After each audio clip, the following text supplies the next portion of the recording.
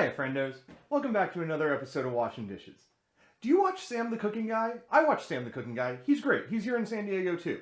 I've met him a couple of times. Super great dude, makes some really cool food. And he had a recent episode that kind of got me thinking. He made like a French onion casserole thing with like a air fried chicken.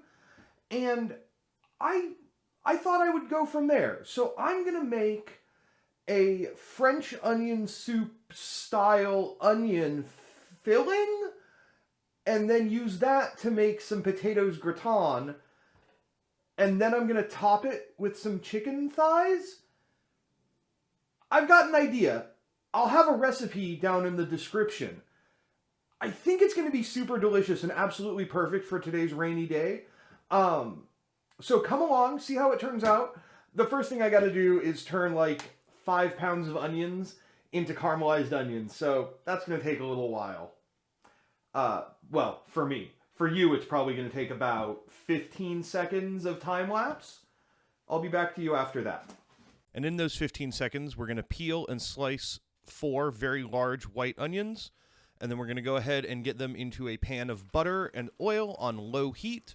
And that is going to go while we work on prepping all of the other stuff, like the sage and the parsley and chives and green onions. And that's all going to go into some milk that the potatoes are going to sit in and kind of absorb while we wait for the onions to finish, and so that they'll kind of absorb those flavors, and you'll see how it goes. I've got a plan here. Quick check-in on our onions. Yep, they're cooking.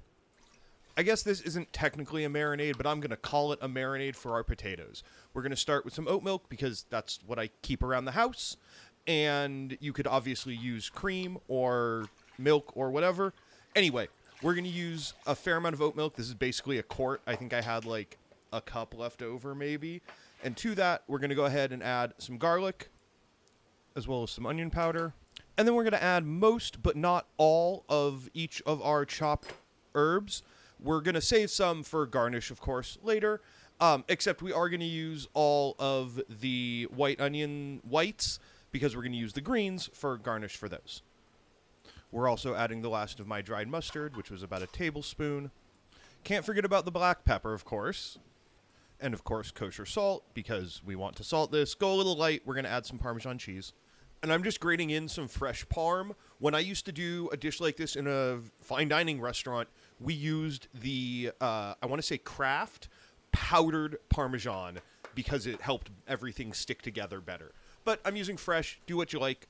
And then we're just going to whisk this to get everything mixed together.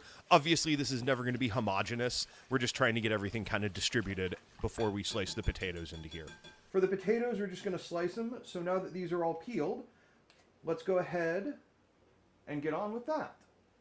To slice the potatoes, I'm going to use the finger death trap, also known as the mandolin. And I am going to use and suggest investing in a cut-resistant glove. This is a cheap one I got off of Amazon.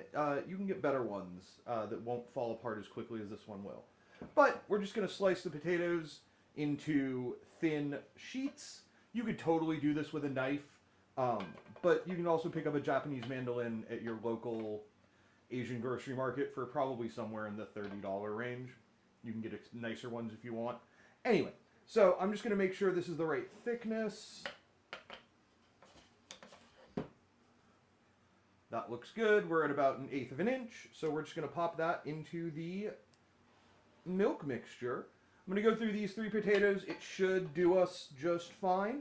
And if I need more oat milk along the way, I can just add more. This goes pretty quick on a mandolin, but if you're doing it by hand, it's going to take you a few minutes. But it's worth taking a few minutes and taking your time to get it nice and right and thin. And then we're just going to give those a quick toss while we show an excellent example of why cooks don't wear nail polish in professional kitchens. Yes, I shaved a little bit of it off. Yes, I caught it before it went into the food. Don't worry. Anyway, once these are coated, we're going to set them aside in the fridge. Oh, and remember to wrap and label anything before we put it away in the fridge so that we know what it is when we go back for it later. Now let's go check back in on our onions, shall we? See how they're doing. Yep, our onions are continuing to onion and cook and caramelize, and I'll go on a rant about it later, but these are going to take a little while to finish up. So enjoy this montage of caramelizing onions while I describe how we're doing it. And it's real simple. We're just low and slow. Stir it around, keep it moving. You can walk away from it for a few minutes, but don't let it scorch on the bottom. And then it's going to take a while, but you'll end up with amazing caramelized onions. Time to build. We've got our potatoes, we've got our onions, got some cheese, some bread that I already sliced, and then we're going to do chicken thighs as our protein component. So basically, we're just going to take a few slices of the potato and lay them out in overlapping rows along the bottom of our pan. Let me bring y'all in for a closer look. Now that we've got a closer view, I'm going to speed this up a little bit, of course. We're just laying everything out in a nice even layer, adding the potatoes, then the onions, etc., etc., etc., until we get to the top. And then once we're to the top, we're going to add our chicken, just nestle it in there, and then it's good to go into the oven. We're going to cover it, throw it in the oven at 375 for about 30 to 45 minutes, and we'll check on it then. There we go. Took a little bit of time, but it's all ready to go. We're going to do two things before we pop it in the oven. We're going to cover it with some foil. And just to take out a little insurance against this sticking, it shouldn't, but just in case, cooking spray, generously. We're going to wrap that.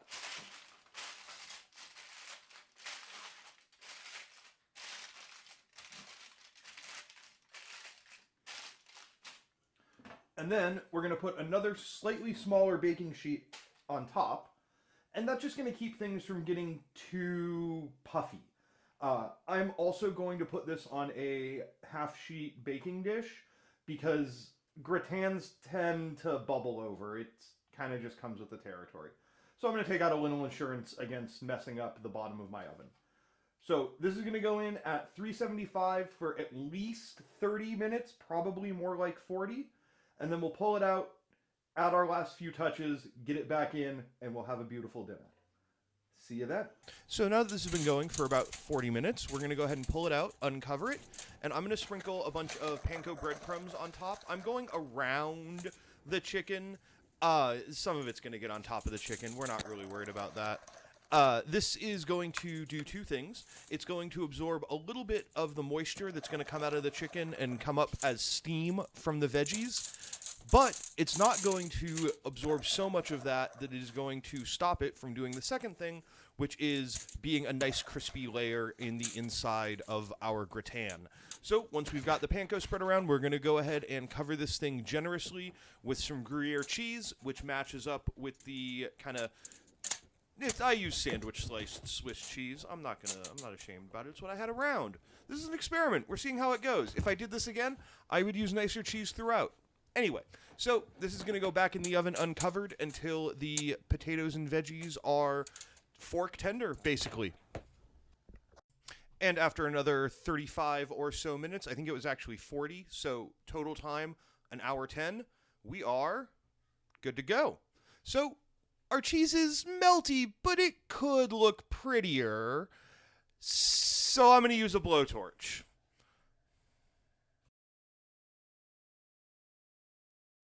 And there we go. Much better. Now that we've got some herbs on it, some nice crispy cheese, let's go ahead and get this onto the table.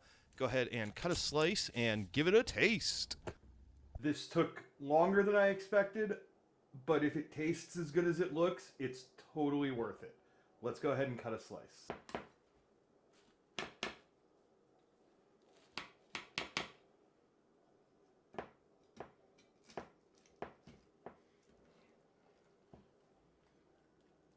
Moment of truth. Oh, it's tearing a little. There we go. Ow. Very hot. How does it look? Yeah, that looks pretty good. Some nice layers in there. You got potato, onion, cheese, potato, onion, chicken. So let's cut back to the wide shot and give it a taste. There we go. I'm sure I could plate this up prettier, but that wasn't today's assignment. Today's assignment was take the dish that Sam's video inspired me to make and execute it, and it looks really good, and let's give it a taste. Yep, potatoes are nice and soft. Ooh. Very gooey.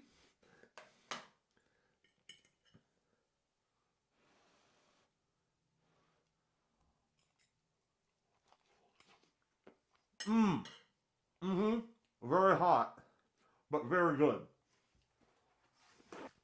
All right, yeah. That's delicious. It's cheesy and rich and like comforting, and the onions are there and they're nice and sweet, and you've got the cheese and everything, and I'm out of words today. Yeah. Give ours a try. Give Sam's a try. His looked really good also. Until then, friends, I'll catch you on the next one. Have a wonderful rest of your time zone. Check out some of our other videos and check out the socials for Twitch and Patreon and all that stuff. Have a good one, y'all. Bye-bye.